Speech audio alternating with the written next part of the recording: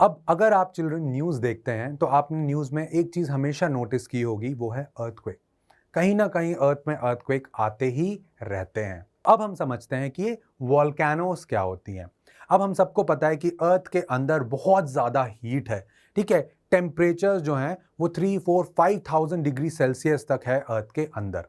अब इस टेम्परेचर में जो रॉक्स होती हैं वो मेल्ट होने लगती हैं, ठीक है। और आप सब ने अगर देखा होगा कि कोई भी बॉडी अगर अपने सॉलिड फॉर्म में होती है तो वो आपस में काफी क्लोज होती है, कॉम्पैक्ट होती है, और अगर लिक्विड फॉर्म में आती है तो वो फैलने लगती है, ठीक है, उसका मास बढ़ जाता है। सबसे पहला होता है एक्टिव वॉल्केनो, यानी जहां पर बहुत फ्रीक्वेंटली इरप्शंस होते रहते हैं, बार बार इरप्शंस होते रहेंगे, आए दिन आप न्यूज में सुनोगे इनके इरप्शंस के बारे में। तो इसका एग्जाम्पल है माउंट एटना, ठीक है, ये इटली में आपको देखने को मिलेगा।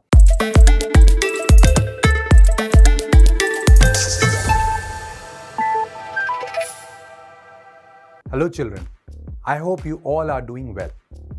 अब अगर आप चिल्ड्रन न्यूज़ देखते हैं तो आपने न्यूज़ में एक चीज़ हमेशा नोटिस की होगी, वो है अर्थक्वेक। कहीं ना कहीं अर्थ में अर्थक्वेक आते ही रहते हैं। 2023 की बिगनिंग में सीरिया और टर्की में एक बहुत बड़ा अर्थक्वेक आया था।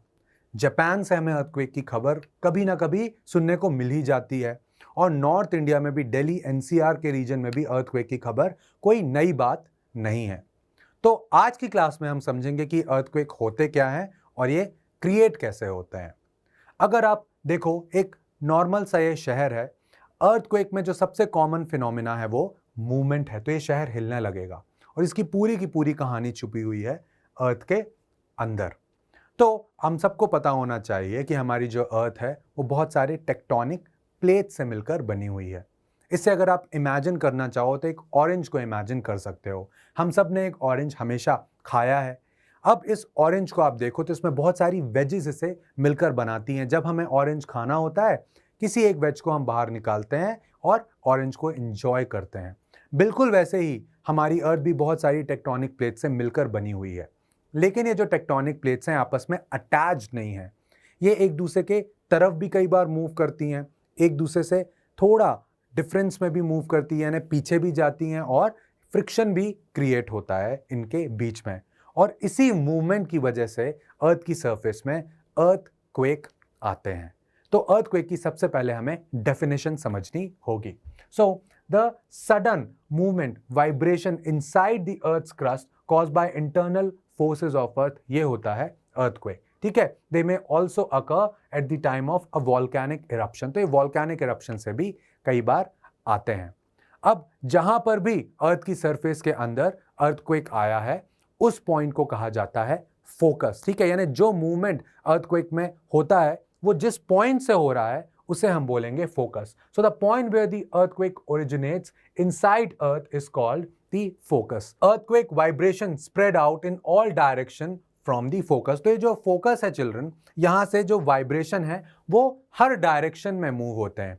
जब आपने एक तालाब में एक पत्थर फेंका होगा, आपने देखा होगा कि एक सर्कुलर वाइब्रेशन होता है उस पॉइंट से जहां पर पत्थर गिरा हुआ है चारों तरफ। बिल्कुल वैसे ही फोकस से चारों तरफ जब मूवमेंट होता है अर्थ का, वाइब्रेशंस निकलते हैं। अब ये जो फोकस है, इसके एकदम ऊपर अगर आप एक परपेंडिकुलर ड्रॉ करोगे तो जो सरफेस के ऊपर पॉइंट होता है उसे हम कहते हैं एपी सेंटर। और अर्थक्वेक का सबसे ज्यादा डिस्ट्रक्शन इसी एपी सेंटर में होता है। तो अगर आपने कभी अर्थक्वेक की न्यूज सुनी होगी तो उसमें एपी सेंटर का भी बताया जाता है कि इसका एपी सेंटर था कहां पर, ठीक है। जब टर्की में आया तो उसका एपी सेंटर टर्की में कहीं पर था। जापान में अगर अर्थक्वेक आया तो उसका एपी सेंटर कहीं जापान में था। इसलिए इन जगहों पर सबसे ज्यादा आपको डिस्ट्रक्शन या लॉस ऑफ लाइफ देखने को मिलेगी। अब अगर आपने इस अर्थक्वेक के बारे में अच्छे से समझ लिया है तो हम सबको पता होगा कि अर्थक्वेक में हमेशा एक वर्ड अटैच होता है, वो है उसकी इंटेंसिटी। तो उसकी इंटेंसिटी यानी जो वाइब्रेशन है वो कितना सीवियर था, उसको रिकॉर्ड करने के लिए हमारे पास है सेस्मोग्राफ, ठीक है। So now earthquake tremors are recorded by an instrument called as seismograph. तो ये सेस्मोग्राफ क्या है? एक शीट ऑफ पेपर है जिसपे एक लाइन ड्रॉ होती है, और जब अर्थ मूव होती है तो ये लाइन ऐसे मूव होने लगती है, और इससे हमें पता चलता है कि अर्थक्वेक कितना सीवियर था। अगर इसको स्केल में मेजर करें तो चार्ल्स रेक्टर ने एक स्केल बनाई थी जिसे हम कहते हैं Richter scale. So the magnitude और intensity of an earthquake is measured by the Richter scale. तो रेक्टर स्केल से हमें पता चलता है कि अर्थक्वेक की इंटेंसिटी कितनी थी. जनरली ये 0 से 9 तक होती है. यानी अगर 9 रेक्टर स्केल पे अर्थक्वेक आया है तो सबसे ज्यादा डिस्ट्रक्टिव अर्थक्वेक होता है और इससे बहुत ज्यादा लॉस ऑफ लाइफ होती है. जापान में जो हमें कुछ सालों पहले का याद होगा एक अर्थक्वेक आया था, वो 9 के आसपास ही था, जिससे बहुत बड़ी बड़ी सुनामी वेव्स क्रिएट हुई थी और बहुत ज़्यादा डिस्ट्रक्शन हुआ था. नॉर्थ इंडिया में जो आते हैं वो 3 to 4 के बीच में होते हैं, जिससे कुछ ज़्यादा डिस्ट्रक्शन नहीं होता है.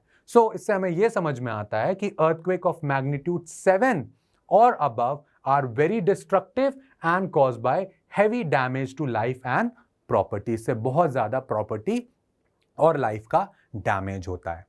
अब हमने एक और चीज देखी थी कि earthquake are caused by volcanic activity as well. तो अब हम समझते हैं कि वोल्केनोस क्या होती हैं. अब हम सबको पता है कि अर्थ के अंदर बहुत ज्यादा हीट है. ठीक है, टेम्परेचर जो हैं वो 3, 4, 5,000 डिग्री सेल्सियस तक है अर्थ के अंदर. अब इस टेम्परेचर में जो रॉक्स होती हैं वो मेल्ट होने लगती हैं. ठीक है, और आप सब ने अगर देखा होगा कि कोई भी बॉडी अगर अपने सॉलिड फॉर्म में होती है तो वो आपस में काफी क्लोज होती है, कॉम्पैक्ट होती है, और अगर लिक्विड फॉर्म में आती है तो वो फैलने लगती है. ठीक है, उसका मास बढ़ जाता है. बिल्कुल वैसे ही जब रॉक्स भी मेल्ट होती हैं तो वो आपस में एक्सपैंड होती हैं और इस वजह से उनको एक जगह चाहिए होती है बाहर आने के लिए. बहुत सारी जो गैसेस हैं वो भी इसके साथ क्रिएट होती हैं, उनको भी बाहर आने की सरफेस चाहिए होती है.